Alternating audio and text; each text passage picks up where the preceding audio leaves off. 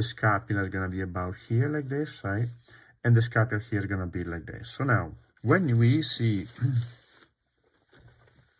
the scapula on the rib cage, we have to remember, if we see, now I'm going to draw you a section seen from above, right?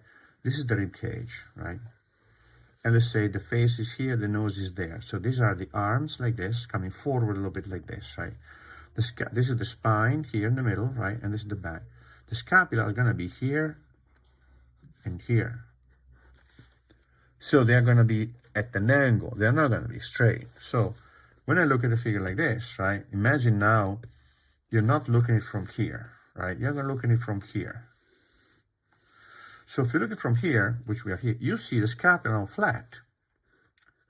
You see the scapula in its entirety. But when you look here, you're going to see the scapula on the side. See that? So same thing here. This inside is a little bit more, is not as turned, right, and less. So I might be able to see the scapulas less at an angle. Let's say this is not completely flat, it's like it turning. So I see less of the scapula here, a little bit more of the scapula here, right? But understanding how the scapula is connected with the rib cage, layer on the rib cage, then I can understand better what I see. And when I look for the scapula, I'm thinking, all right, I'm looking for a straight line here. And here also there's an L. Here's an L right here when you draw the figure like that. Let me see if I have a... See that? You need to look for an L, upside down L. See that? So that's an L. Also, you don't see the top, but you see how the changes direction here is because that's a trapezius that connects here with the spine of the scapula. Even if you don't see it, you know that at a certain point the trapezius will have to connect with the scapula, and now we have a change of profile. But this is an L. See that? This bump in here, what it is two things. See this bump here, and the same you have here. See that here?